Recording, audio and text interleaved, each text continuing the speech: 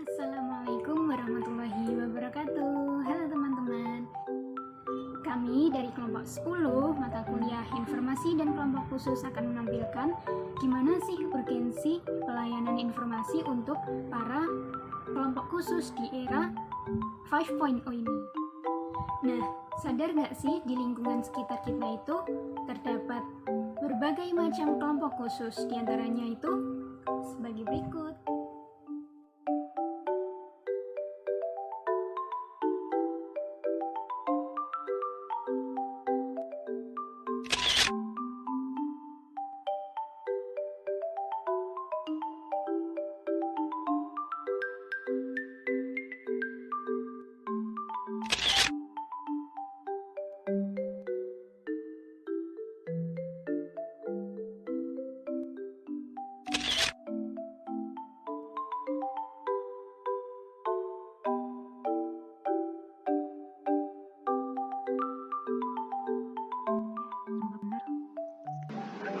Lagi banyak banget nih tugasnya.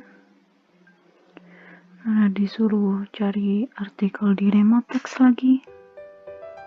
Gimana ya cara nulisnya? Bismillah aja deh, semoga benar.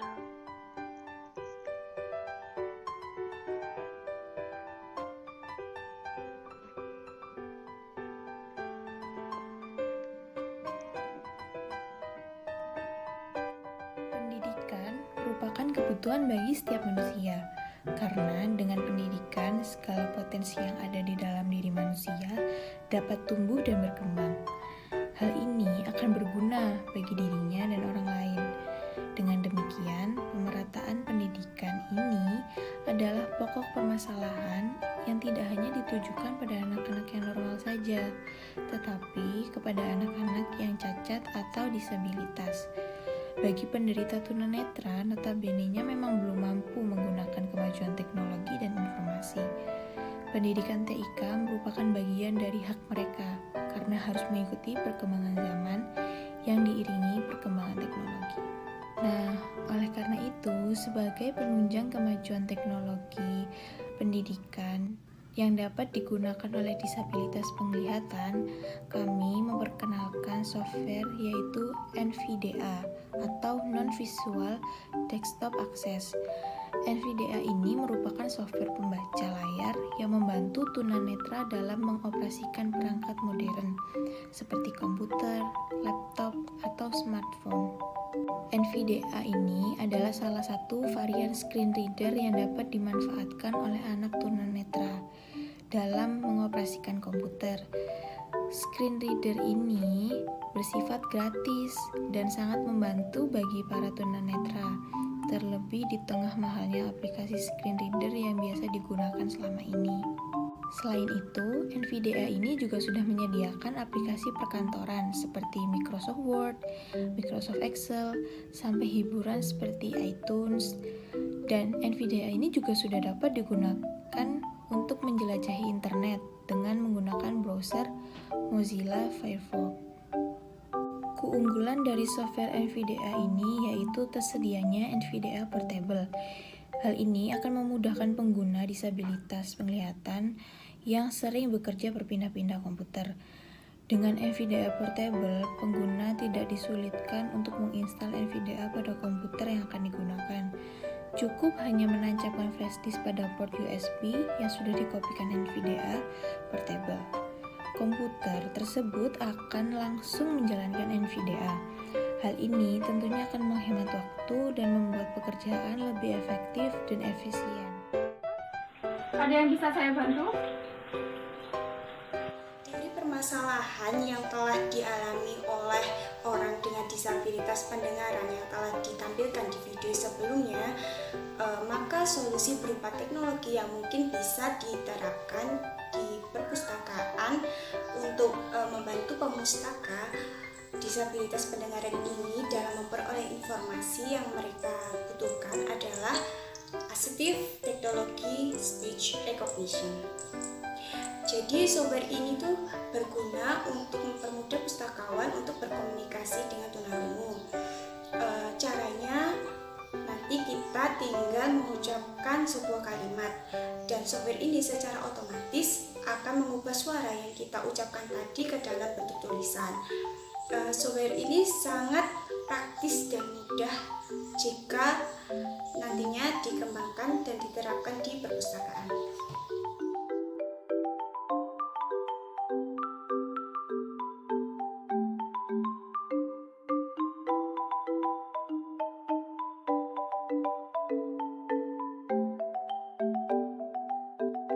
Setiap orang memiliki keterbatasannya masing-masing.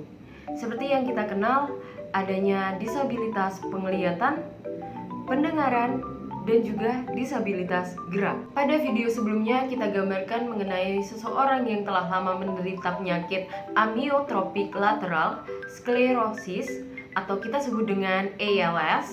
Penyakit ini sangat membatasi gerak tubuh manusia, di mana seseorang yang menderita penyakit ini harus duduk di kursi roda dan mungkin bahkan tidak dapat berbicara dengan baik, sehingga kita butuh aplikasi yang lebih canggih lagi seperti ASAP atau Assistive Context Aware Toolkits.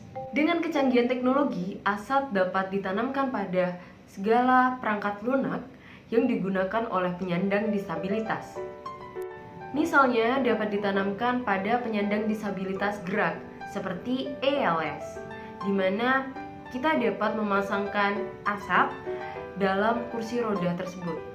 Sistem ASAP juga telah dilengkapi dengan algoritma pembaca kata yang telah terlatih. Misalnya ketika kita membaca maupun mengetik suatu kalimat. Setelah kita mengetik suatu kalimat, kita akan menuju kepada perangkat speech synthesizer dari Speech Plus untuk dirubah ke suara. Sehingga pengguna dari sistem ASAP ini akan sangat terbantu untuk menjelajahi dunia teknologi, khususnya seperti era 5.0, dan tidak menutup kemungkinan pengguna sistem ASAP ini dapat menggunakan sosial media dengan baik, misalnya seperti chattingan atau mungkin menggunakan video call dapat digunakan dengan baik oleh penyandang disabilitas gerak.